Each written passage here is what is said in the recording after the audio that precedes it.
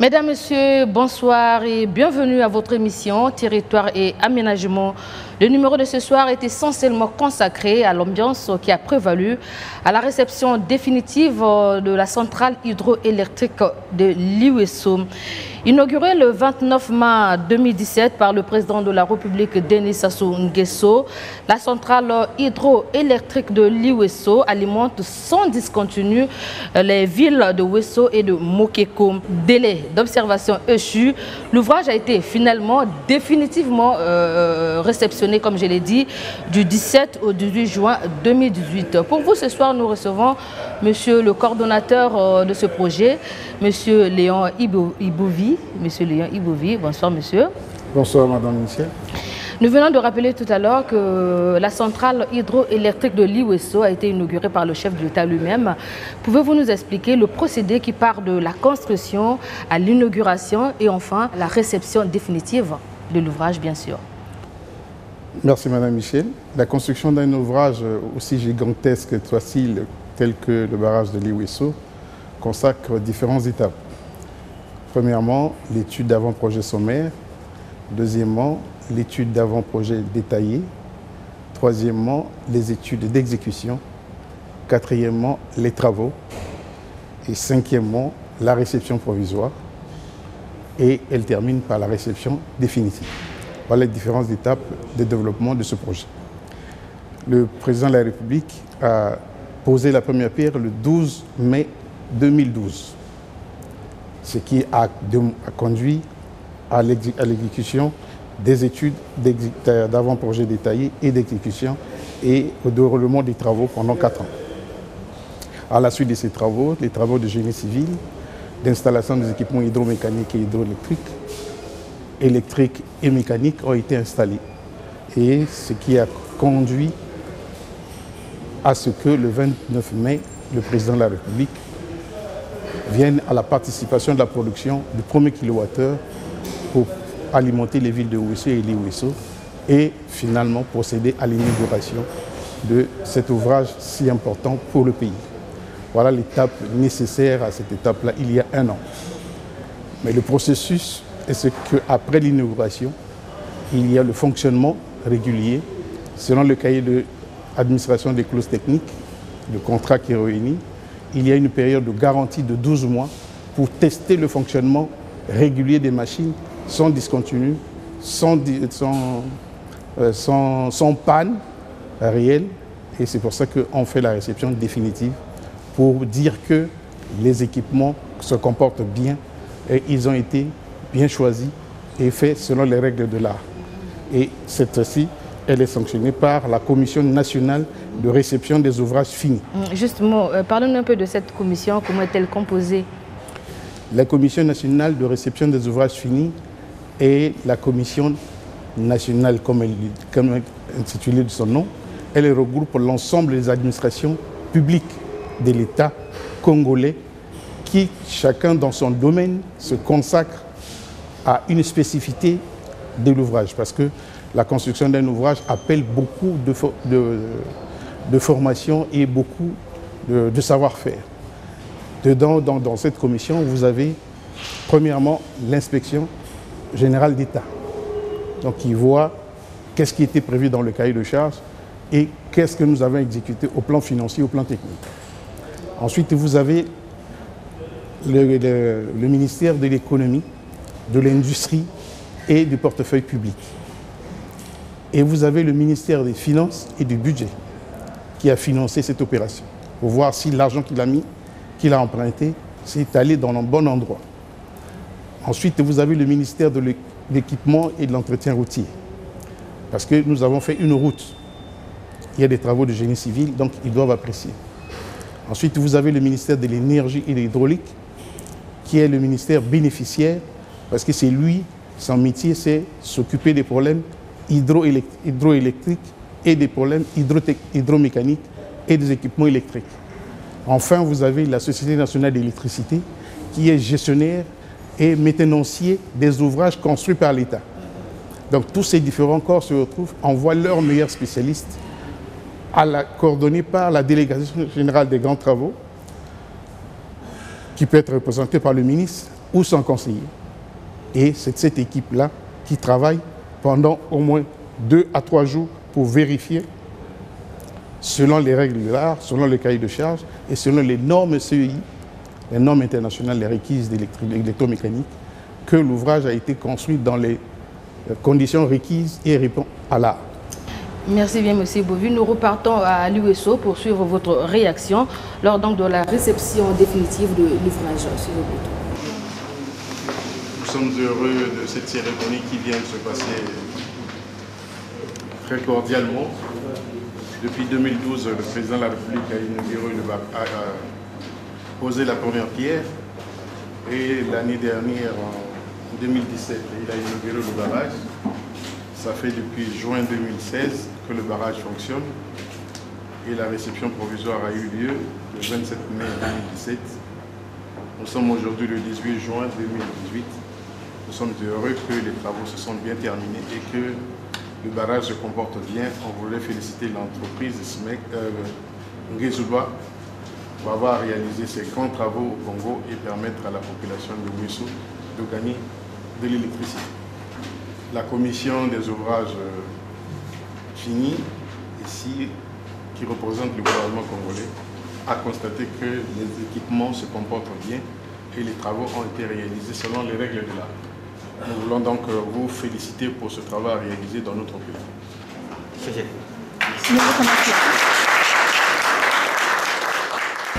Voilà, monsieur le coordonnateur, on vient tous de suivre ce que vous avez dit lors de cette réception définitive.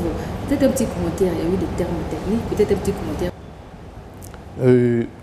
Vous dire que cette étape est importante d'abord dans la formation d'un ingénieur.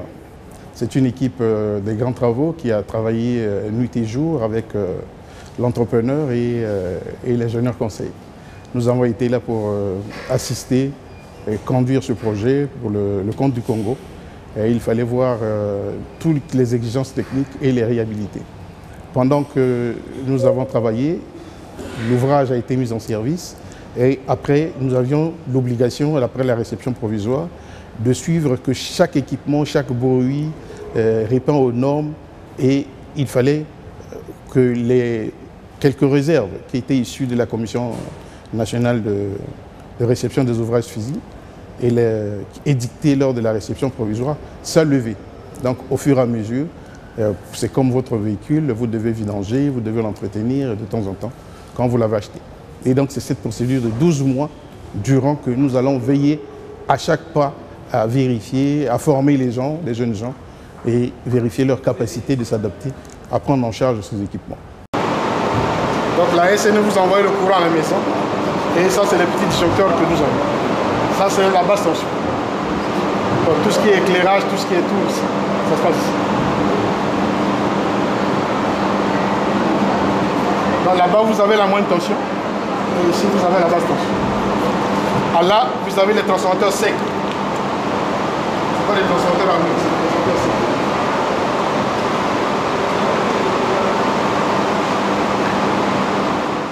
Et donc la réception provisoire qui a été faite et les administrateurs qui sont arrivés là ont donc vérifié l'ensemble des paramètres du début de la route à l'usine, au barrage, à l'évacuateur de crue et aux différents équipements électromécaniques et hydromécaniques et ont constaté que tout l'ouvrage s'est bien comporté pendant les 12 mois de fonctionnement.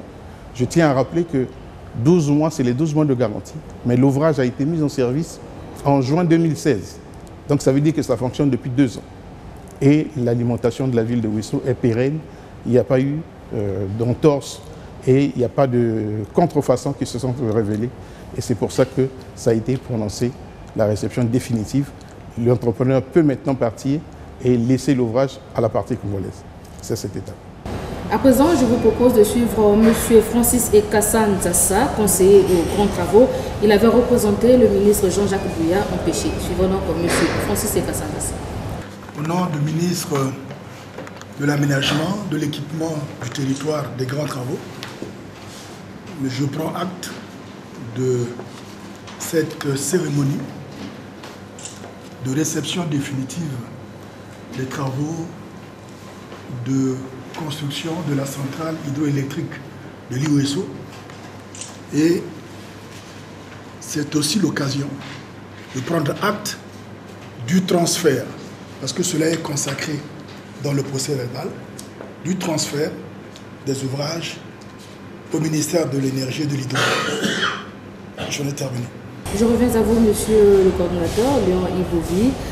Monsieur Kassan Zassa, dans son propos, il dit que l'ouvrage a été transmis au ministère de l'Énergie. Et comment expliquez-vous cette symbolique? Mais la symbolique est forte parce que vous savez, dans ce pays, parfois les gens ne lisent pas les textes. Le contrat prévoit d'abord 2 choses, sinon 3. C'est que vous choisissez l'entrepreneur qui fait les travaux. Et au Congo, le maître d'ouvrage, c'est l'État congolais. Et le maître d'ouvrage délégué, c'est les grands travaux qui suivent les travaux. Le ministère de l'Aménagement, l'équipement du territoire et des grands travaux. Enfin, vous avez le bénéficiaire, c'est le ministère de l'Énergie et de l'Hydraulique. Voilà le processus qui est dicté dans le contrat signé par le président de la République. Donc, après avoir, au nom de l'État congolais, supervisé les études et les travaux qui ont été réalisés, il était de bonne loi que le ministère de l'Aménagement, de l'équipement du territoire et des grands travaux, représenté par le conseiller, prenne acte que les travaux sont définitivement finis, qu'il n'y a pas de contrefaçon.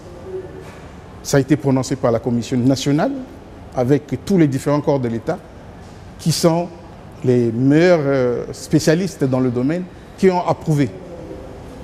Et en cela, c'est la fin de la mission du ministère de l'Aménagement, de l'équipement du territoire et des grands travaux. Si je comprends Et on doit transférer maintenant cet ouvrage fini au bénéficiaire qui va le gérer, c'est-à-dire s'occuper de l'exploitation, la gestion, la maintenance, l'entretien. Désormais, c'est le ministère de l'Énergie et de l'Hydraulique.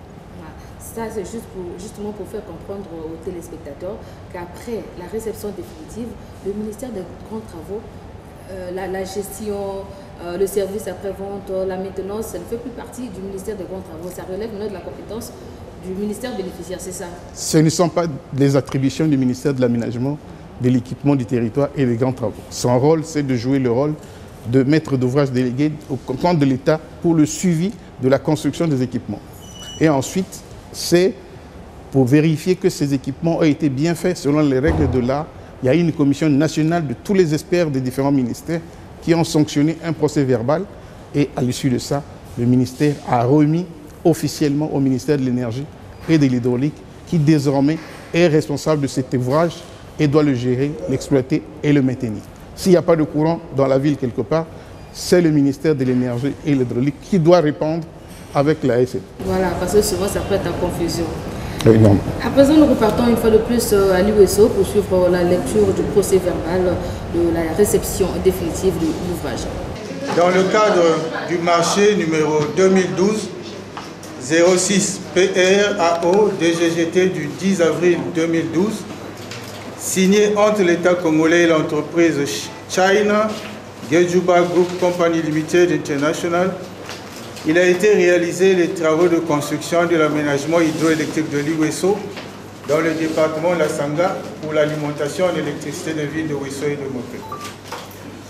Le présent procès verbal a pour objet la réception définitive des travaux de construction de la centrale hydroélectrique de l'Iweso. Il concerne les ouvrages de génie civil, les équipements hydromécaniques et électromécaniques que vous connaissez. La liste est jointe dans le procès verbal. De la fourniture et prestations locales. L'entreprise CGGC a réalisé les études avant-projet détaillées ainsi que les études d'exécution du projet, a construit tous les ouvrages et a fourni, installé et testé tous les équipements et ouvrages énumérés au point 2 dont j'ai fait allusion tout à l'heure. Les fournitures et les prestations effectuées correspondent aux exigences spécifiées dans les annexes techniques du contrat et mémorandum, au plan d'exécution approuvé et aux dérogations accordées par le maître d'ouvrage délégué. Des essais de marche expérimentale, essais industriels des groupes, La marche expérimentale essai industriel de 30 jours et des 3 groupes de la centrale s'est déroulée avec succès au fur et à mesure de la mise en marche de ces groupes et au terme de la série des essais suivant les prescriptions techniques. Et nonobstant quelques incidents enregistrés ayant conduit à l'arrêt momentané des groupes, mais sans conséquence sur l'état général des équipements, ces essais ont débuté respectivement aux dates ci-après. Groupe numéro 1, le 23 juin 2016, groupe numéro 2, le 20 juillet 2016, groupe numéro 3, le 10 août 2016. Dès lors, les groupes fonctionnent normalement et alimentent en électricité les villes de Ouesso et de Mokeko. Inspection. Le délai contractuel de 12 mois de garantie étant arrivé à terme et suite à la demande de réception définitive des ouvrages, équipements et installations introduites auprès du maître d'ouvrage délégué en date du 4 juin 2018 par l'entrepreneur CGC, la commission de réception des ouvrages finis, composée des membres ci-après, maître d'ouvrage délégué, représenté par la délégation générale des grands travaux, coordination projet Ivololi Ouesso, représentant l'inspection générale d'État, représentant du ministère de l'économie, de l'industrie et du portefeuille public, représentant du ministère des Finances et du Budget, représentant du ministère de l'équipement et de l'entretien routier, représentant du ministère de l'énergie et de l'hydraulique, représentant de la Société nationale d'électricité. Cette commission donc a procédé le 18 juin 2018 à la visite d'inspection des ouvrages et équipements de l'aménagement hydroélectrique de l'Ouesso, énuméré au point 2, en vue de vérifier la conformité de ceux-ci aux prescriptions techniques et aux plans approuvés par le maître d'ouvrage délégué. Cette visite technique a permis de vérifier l'effectivité de la levée des réserves issues de la réception provisoire prononcée le 27 mai 2017. Pendant la période de garantie, les ouvrages et équipements ont eu un bon comportement. Les problèmes techniques survenus pendant l'exploitation ont été résolus. Documents techniques. La documentation technique nécessaire à la gestion, à l'exploitation et à la maintenance des ouvrages et des équipements, plans et schémas, manuels, rapports, notices, etc., a été fournie au maître d'ouvrage délégué par l'entrepreneur CGGC. Fourniture de l'outillage des appareils d'essai et mesure et des pièces de rechange. Les pièces de rechange, l'outillage, ainsi que les appareils d'essai et mesure nécessaires à l'exploitation et à la maintenance de la centrale ont été remis au maître d'ouvrage délégué par l'entrepreneur CGGC. Réception définitive. De ce qui précède, et conformément à l'article 42 du cahier des clauses administratives du contrat, la commission de réception des ouvrages finis a prononcé la réception définitive des ouvrages, des équipements et des installations de la centrale hydroélectrique de l'Ouesso, tel qu'énoncé au point 2 ce lundi 18 2018. La présente réception définitive ouvre le droit à l'exécution de la levée de la retenue de garantie qui est de 2% du montant du marché conformément à l'article 7.2.3 du cahier des clauses administratives du dit contrat. Article 13, transfert de propriété.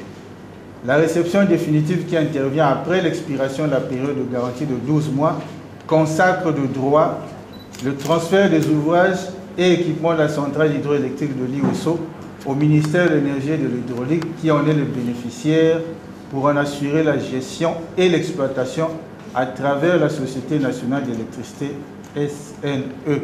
Enfin, article 14, disposition générale. Les membres de la commission de réception des ouvrages finis ont recommandé au ministère de l'énergie et de l'hydraulique et de la Société nationale d'électricité SNE, dans le cadre de la gestion et l'exploitation de la centrale, de mettre très rapidement en place une assistance technique de la centrale, assurer le gardiennage, la sécurité et l'entretien des bâtiments et du site de l'Ouesso, rendre opérationnel le centre médico-social et l'école et poursuivre la formation du personnel exploitant, cadre et agent. Par ailleurs, on note qu'au cours de la période allant de la mise en service des groupes jusqu'à la réception définitive, c'est-à-dire du 23 juin 2016 au 14 juillet 2018, la centrale a produit 51 317,27 MWh, soit près de 30% de la production moyenne annuelle prévue dans le rapport des études avant projet détaillé. Ce taux de production se justifie par la faible demande actuelle de consommation des villes de Ouesso et de Mokeko. Fait en 8 exemplaires à l'Iwesso le 18 juin 2018.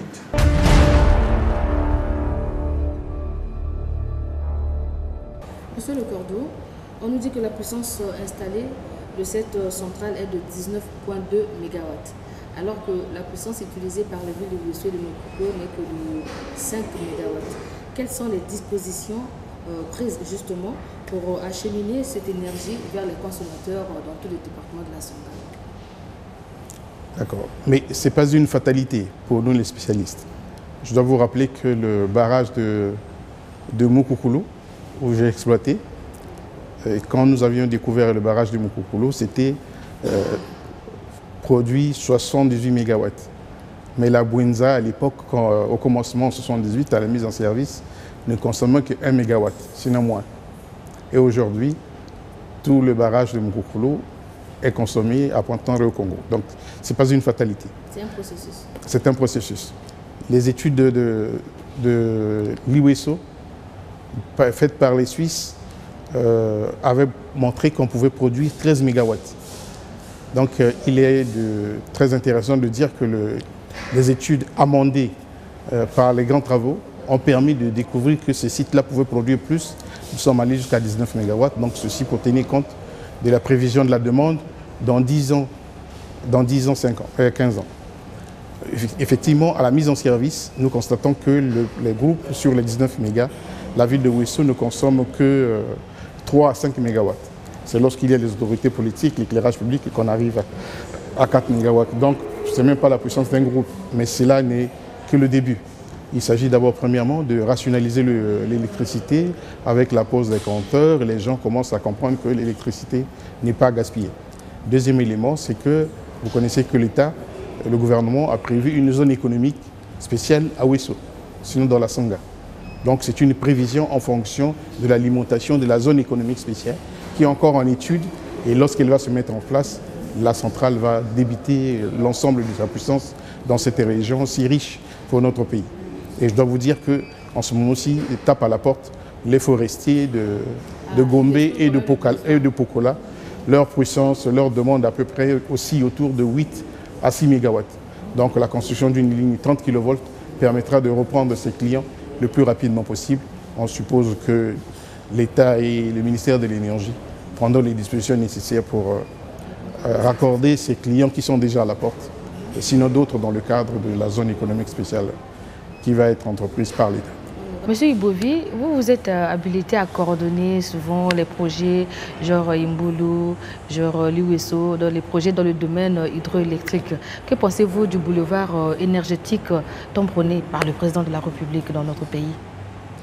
En ce que je sache, en ma qualité de directeur général adjoint de la SNE, je sais que l'État, le Congo, a commandé une étude de plan directeur de développement de la production, du transport et de l'électricité au Congo auprès de notre partenaire EDF. Ceci jusqu'à 2035.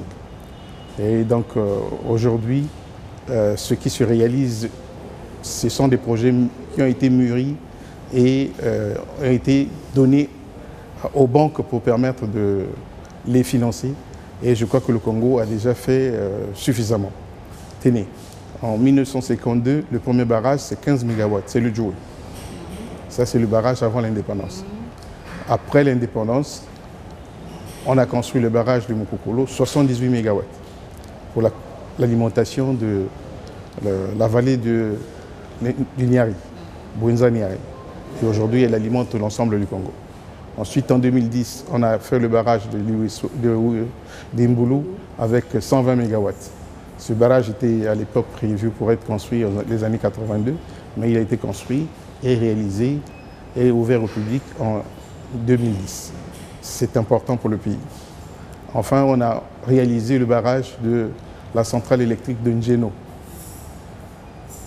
50 MW, en terminant par la centrale à gaz, qu'on appelle la centrale CEC, de 300 MW à Pointe-Noire. Il fallait régler les problèmes de production, parce qu'on ne peut pas donner ce que là nous n'avons pas. En dehors de ça, il fallait construire le boulevard énergétique, raccorder l'ensemble des infrastructures de production hydraulique et thermique par des lignes électriques. Je dois vous dire qu'avant le Congo n'avait qu'une seule ligne électrique entre Kinshasa et Brazzaville, Lingwala Imbono. On prenait le courant à Inga. Aujourd'hui, c'est l'inverse. En 1952, c'est nous qui alimentons Kinshasa avec le barrage de Djoué. Et après, en 1980, c'est avec le plan quinquennal, c'est Kinshasa et la RDC qui alimentaient Brazzaville.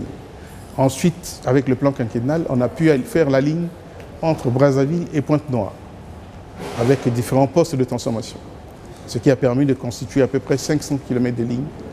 Mais en moins de 3 ans et demi, de 2009 à 2011, l'État a construit une ligne électrique entre Brazzaville, Ngro, Owando, Makwa, 1500 km de lignes, haute tension, 23 postes de transformation, haute tension, c'est énorme. Donc aujourd'hui, comme la route nationale, on peut partir de Brazzaville jusqu'à Makwa avec une ligne électrique. C'est ça le boulevard qui doit se poursuivre au-delà de Owando-Makwa jusqu'à Ouesso Infondo pour permettre à l'ensemble de ces populations d'être raccordées. Il faut dire qu'en passant, vous avez les bretelles de Ngo-Djambala et Bunji, Oyo, qui ont été construites. Et actuellement, je suis en charge de la construction de la ligne qui va de Bunji à Evo. La ligne est achevée à 60%. Les équipements ont été réceptionnés en usine. Donc aujourd'hui, d'ici là, si les finances s'arrangent un tout petit peu, Evo sera raccordé au réseau national. Donc c'est énorme.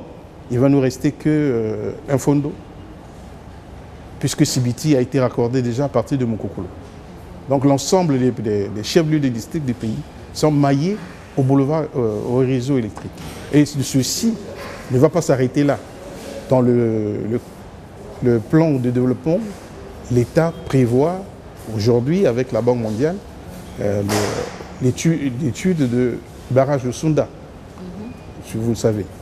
Et ça fait récemment encore, le ministère de l'Énergie a fait un atelier important sur la mise en valeur de la vallée de la Louissi, là-bas sur lequel on peut ériger près de 5 barrages en cascade. C'est énorme. Au même moment, les gisements de gaz aujourd'hui font que nous avons suffisamment de gaz pour permettre encore la construction d'autres centrales à gaz. Et les opérateurs sont là, qui attendent. Le barrage de Cholet est en étude avec les amis camerounais. Donc nous avons un ensemble de ouvrages, suivant la politique du gouvernement, et qui va être mise en œuvre. Je crois que le Congo, peut-être à terme, pourra être exportateur d'énergie pour l'ensemble. Ça, c'est une bonne nouvelle, M. Ibovi, mais je vais vous poser la question du Congolais lambda. On voit bien que le gouvernement fait beaucoup d'efforts dans ces secteurs. Maintenant, qu'est-ce qui explique les délestages de temps en temps dans les quartiers, des problèmes de courant, il y en a, il n'y en a pas? Les délestages aujourd'hui, à la situation d'aujourd'hui, compte tenu de la récession économique, je dois vous dire qu'il ne manque pas d'électricité au Congo. Pour les ménages qui en ont besoin. Le seul problème que nous avons, c'est la congestion de nos équipements de distribution, la vétusté de nos équipements aujourd'hui. Voilà le problème qu'il y a. Mais du point de vue de la production, ce n'est pas que ça manque.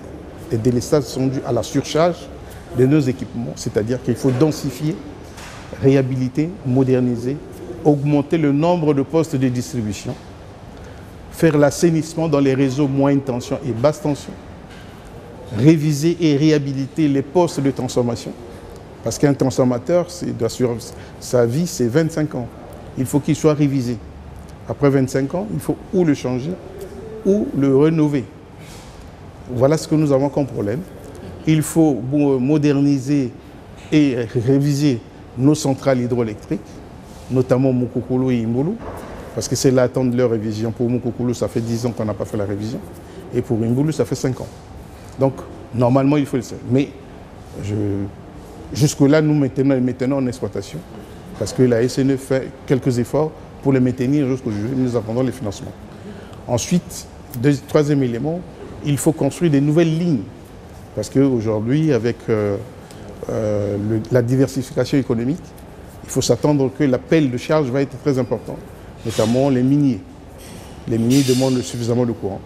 Et il faut donc faire que l'on construise encore beaucoup de lignes pour ce qu'on appelle mailler l'ensemble du système électrique, pour éviter qu'avec une seule dorsale, qui est une ligne qui part de Pointe-Noire à Brazzaville, en cas d'incident, il faut avoir une souplesse de reprise de l'ensemble du réseau et ne pas avoir des coupures de courant. Le dernier élément, c'est qu'il faut que les gens comprennent que le courant amène la prospérité, amène le bonheur, amène la joie dans les foyers. Mais il y a un coût à cela. Il faut que les gens comprennent que le rôle du citoyen, c'est payer l'électricité. Ce n'est pas voler l'électricité. Il y a suffisamment de voleurs d'électricité. On espère que dans ce pays, il y aura une loi aussi pénale que le vol d'électricité soit constitutif d'une loi pénale pour aller même en prison, parce que c'est un deal. Il faut payer le courant, il ne faut pas voler le courant. Ceux qui volent le courant, les branchements clandestins, détériorent le réseau, parce qu'ils ne sont pas connus dans le fichier. On dit que ce sont les grands consommateurs qui volent le courant. Au contraire, non. Je dois vous dire que les meilleurs clients que nous avons, c'est des retraités, ils respectent, ils savent la loi, ils connaissent. Mais tous les clients frauduleux, tous les clients pirates, cela affecte les réseaux et nous ne pouvons pas. Ils se branchent les nuits et les jours. C'est ça qui détériore la qualité des services dans nos réseaux. Mais c'est un problème de mœurs. Il faut qu'un jour à l'autre, que les gens comprennent que payer le courant est aussi une responsabilité civique. Monsieur Ibovi, nous allons terminer. Mais dites-moi, outre la réception définitive de la centrale de l'IWESO, il n'y a pas eu une autre activité? La réception définitive qui a eu lieu, la Commission nationale des ouvrages finis a fait quand même quelques recommandations aux bénéficiaires. C'était pour dire que le problème du Congo, c'est surtout l'entretien et la maintenance. Désormais que les grands travaux ont fini leur travail, ils ont conseillé aux bénéficiaires, qui est le ministère de l'Énergie et l'Hydraulique et la SNE, de mettre en place un service de gardiennage, d'entretien et de maintenance, d'assistance technique pour cet ouvrage, parce que le président a mis beaucoup d'argent pour ça, pour ne pas que demain, le Congo-Landa n'ait pas d'électricité. C'est une nouveauté que généralement on ne fait pas, mais la question de la maintenance doit être très bien vue, planifiée par le bénéficiaire pour que ces équipements soient sereinement, pérennement utilisés. L'activité qui a eu lieu là-bas, c'est que le président de la République a pris un décret qui a élevé au grade d'officier, de commandeur et de chevalier une partie du personnel congolais qui a travaillé à l'aboutissement de ces travaux et aux amis chinois qui ont beaucoup travaillé sur cet ouvrage pendant 5 ans dans notre pays. Et puisqu'ils quittent le Congo, ils ont été honorés par la République. Et donc il y a eu une gratification qui a permis au grand chancelier des ordres nationaux de décerner les médailles à nos amis chinois et aux Congolais qui ont travaillé pour l'ensemble de ces équipements. Et cette activité est importante parce qu'elle a été même supervisée par le préfet de la Sangha qui a honoré de sa présence lors de cette cérémonie. Voilà, c'est par ces mots de M. Ibovi, coordonnateur du projet Imbulu et du projet l'IWESO, que nous mettons un terme donc à cette émission. Merci de nous avoir suivis. Je vous rappelle que vous pouvez suivre cette émission sur Facebook et sur YouTube. Au revoir et à très bientôt.